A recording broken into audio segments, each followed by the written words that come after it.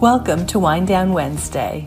Here are your hosts, Jeffrey Tobias Halter and Amanda Hammett. Good afternoon. Today, we are focusing on tips for negotiating successfully as a woman. And we're pleased to welcome Kathryn Valentine back to our show. Before we get started, I'm Jeffrey Tobias Halter, and I'm enjoying a nice Portuguese rosé on a nice day in Atlanta. Amanda, what's your beverage of choice? Well, I am back to the Banshee Wineries drinking a Zinfandel because, it is nice and warm and today, and I thought this would be a great compliment for my day. So, as Jeffrey mentioned, we have Kathryn Valentine back to Wind Down Wednesday. We spoke with her earlier in the year about the pay equity and gender pay gap.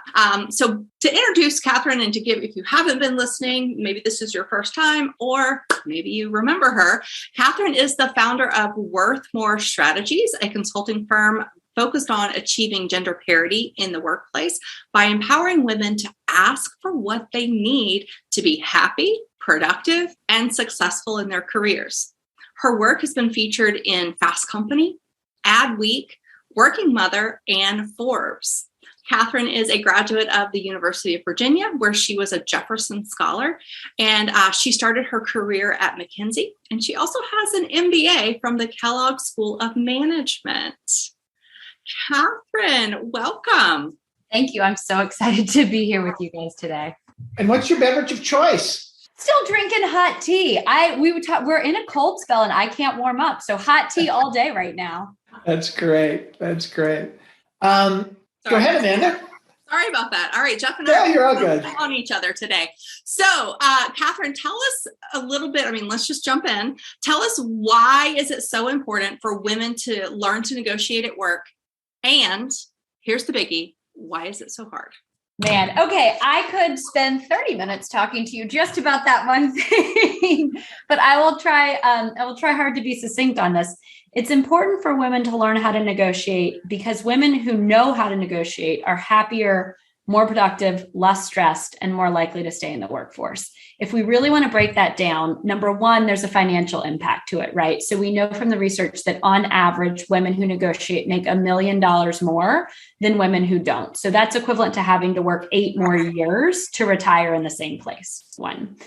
2, it's actually a perception thing. So if I'm going shopping for a bottle of wine because of what we're doing on this show, there tends to be a link in the consumer's mind that the more expensive thing is more valuable.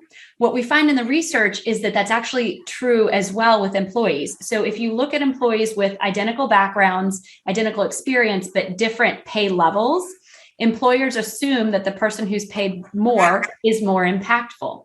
So accepting less actually starts to devalue yourself in the market. The second reason we talk about it is because it allows you to establish a virtuous cycle in your own career. So if we think about holistic negotiation, not just pay, but all of those things that can help you be more productive. So if you're able to negotiate for the company to put you through a 2-week program on financial management, and that makes you better at your job, now you're ranked higher, which puts you in a great position to negotiate that next thing you need to deliver the next level of impact. So we see that when women take the time to think about what it takes to be really successful in this role, it sets them on this cycle where they can continue to accelerate their career and be supported throughout it.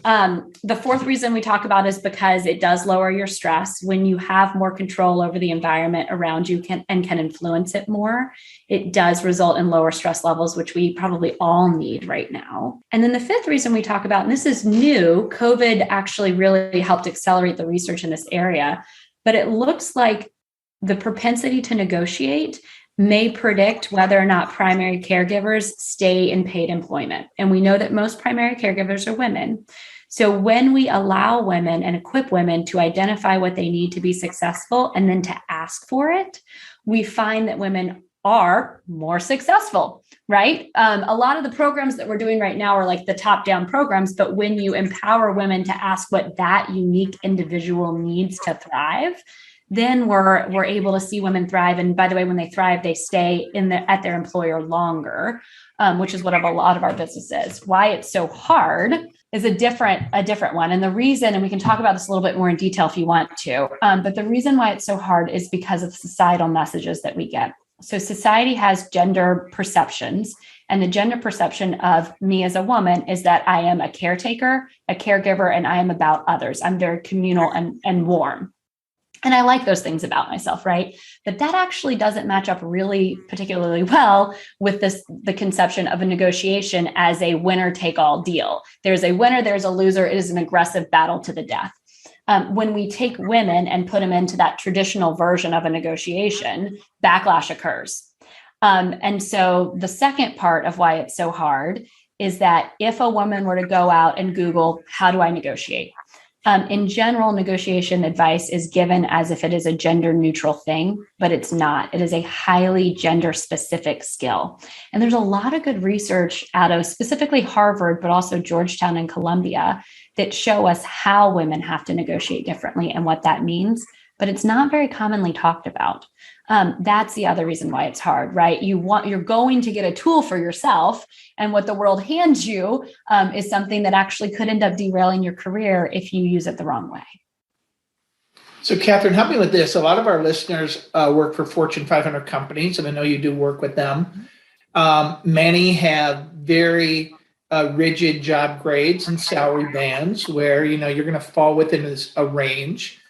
Research shows women still fall in the lower percentile, even in companies that are doing, job equity. But in many of these firms, it's impossible to ask for a raise outside of the year-end review. And so what advice do you have for women to ensure they're being equitably compensated within an organization that may be, job graded, job banded? How do you negotiate within that environment? But then also build on something I like that you said. How can you negotiate the non-monetary elements of that? So how do you negotiate big companies with a lot of rules? So I actually really like what the companies are trying to do here, right? And I worked at a company, McKinsey, where you don't negotiate pay, you move in lockstep. What that means is that in general, there's a lot more equity than when it's a little bit more loosey-goosey. I applaud companies that are moving in that direction. I think that's a great thing for us. In terms of negotiation, I would think about how to negotiate in a holistic way. So if you're focused on negotiating a $2,000 raise, you're missing the boat. The boat is negotiating all of the things that help you deliver more impact and be happier and less stressed so that you can get promoted to the next pay band and the pay band after that and the pay band after that, right? And so I do occasionally see people, not just women, honestly, but people who are, dead set on how do I get 3% more? And what I want to talk about is how do you set yourself up to get 30% more, right? What are the trainings that you need? Do you need an executive coach? Are there meetings that you should be in that would help you do your job better? Are there additional resources that you need? I worked with, at one point in time, I worked with a woman named Alex who was a solid performer, but I noticed this was pre-COVID. She really couldn't sit at her desk for longer than like 45 minutes. And a year and a half after working together, we finally got to a conversation where it was like, Alex, what do you need? And she was 22 years old. I don't know that this ever really, she didn't want to ask for it. But at the end of the day, what she had scoliosis and what she needed was not a company issued chair. She needed a really good chair. And it's a lot for a 22-year-old to ask a small company for a couple $1,000 chair, right? And so she had not asked for that for 18 months. But as soon as she got it, overnight, she became a top performer for us because she could finish a project. She was completely brilliant, but the company hadn't set her up to be successful because we hadn't created the space for her to ask for what she needed. Wow. Okay. So I love the example that you just shared with Alex in particular. Could you give the listeners some other ideas, or what are some of the other non-salary negotiations that you should be keeping in mind? So I think about it as sort of, opportunities to increase your impact, right? Does it help if you get to have regular check-ins with your boss? Is that something you need to negotiate? What about high-profile assignments? If you get a high-profile assignment and you knock it out of the park and you get to present to senior executive team, what does that mean for your career, right? What about, does it help if you're embedded with a client for a little while? Does it help for the company to pay for additional education? executive coaches, all of that stuff. So that's on the impact side. Then I think about the stress side. So one of the negotiations that I was doing a lot pre-COVID, I did a lot of work from home negotiations, right? Now, and then in COVID, I did a lot of paid backup childcare.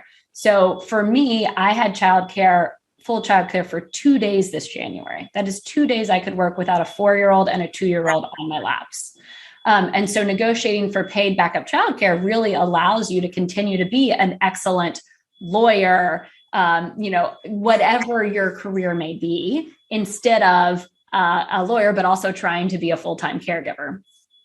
Other things that we think about are there are certainly the financial parts, right? And then there are all the development things.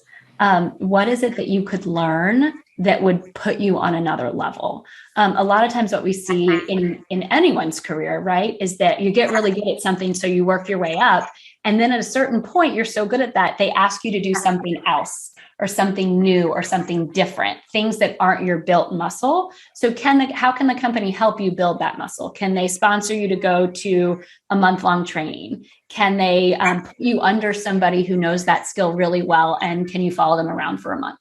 Can they send you to, one of the other parts of the company in the Asia Pacific region where you will learn all about how to build business there?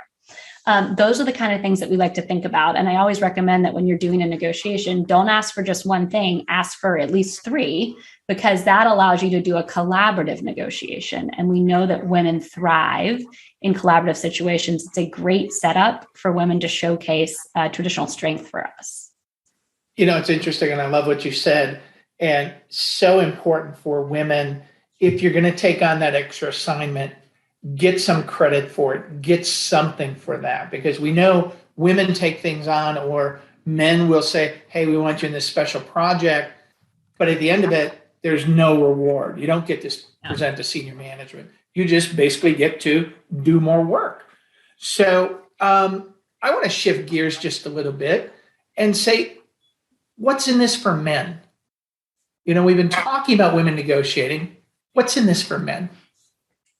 I love this question. What's in it for men is the opportunity to work in a company that's thriving. So we know that diverse companies outperform their peers, right? So DDI shows that companies with above average diversity are 8 times more likely to be in the top % of their industry. And research by McKinsey shows us that when you are in an equitable environment, both women and men are happier and more satisfied. So if you want to be in a company that is positioned for success in this next phase, you really want to be at a diverse company.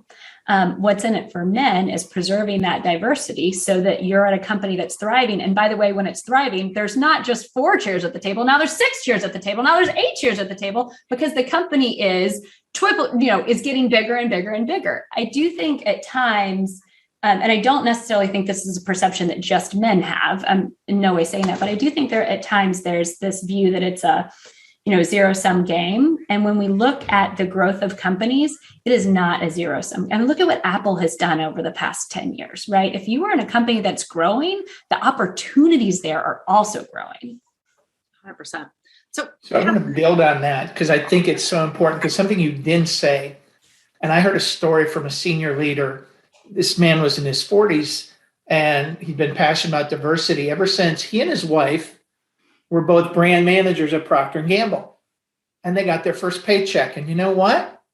His was bigger than hers. And all of a sudden, he said, wait a second. You know what? If you're not equitably compensated, our pie is not equal. And so that would be the other thing I would say is in it for men. Is, you know what? You want to ensure your significant other has pay equity, because it's going to help your household. 100%. Okay. So since we're talking about that really quickly, what's the solution, Kathryn? Like, how can women negotiate effectively? Thank you for asking this question.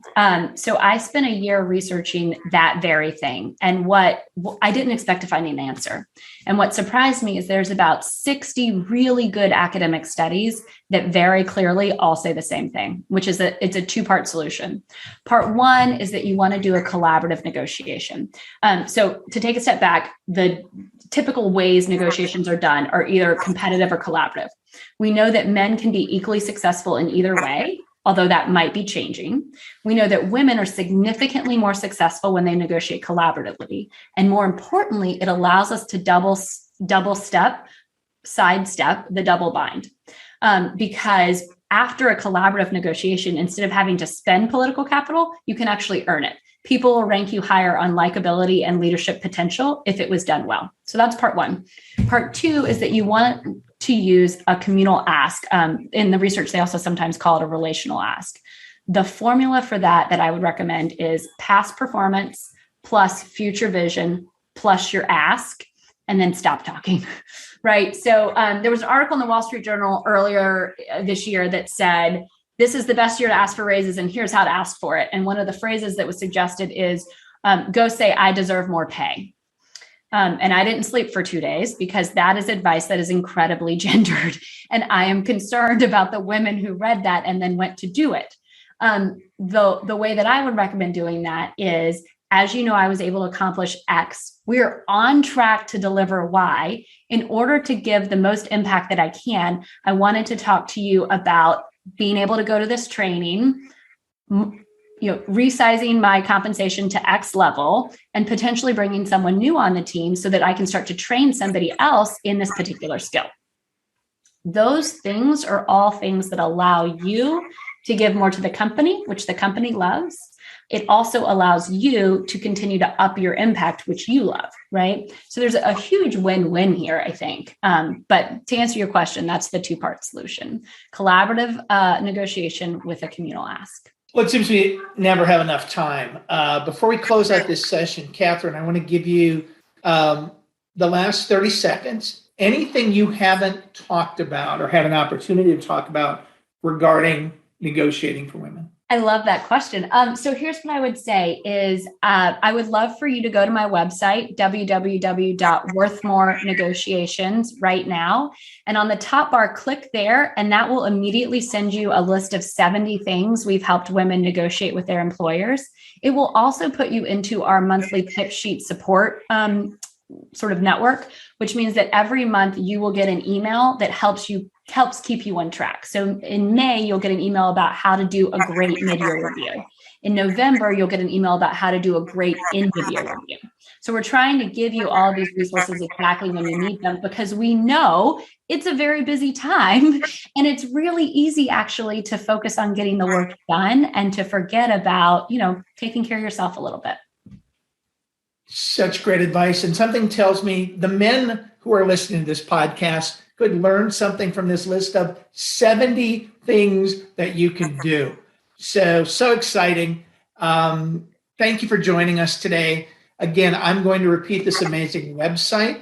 It's worthmorenegotiations.com. Kathryn, thank you so much for joining us. Thank you guys for the opportunity. It has been so exciting to talk to you. Thanks again for joining us for Wind Down Wednesdays, a contemporary midweek discussion on current workplace and marketplace issues with a focus on diversity, inclusion, intersectionality, and equality. I'm Amanda Hammett, and on behalf of myself and Jeffrey Tobias Halter, thanks so much for joining us, and we'll see you in the next episode. Thank you for joining us for Wind Down Wednesday. If you like this episode, please subscribe to receive more episodes straight to your inbox.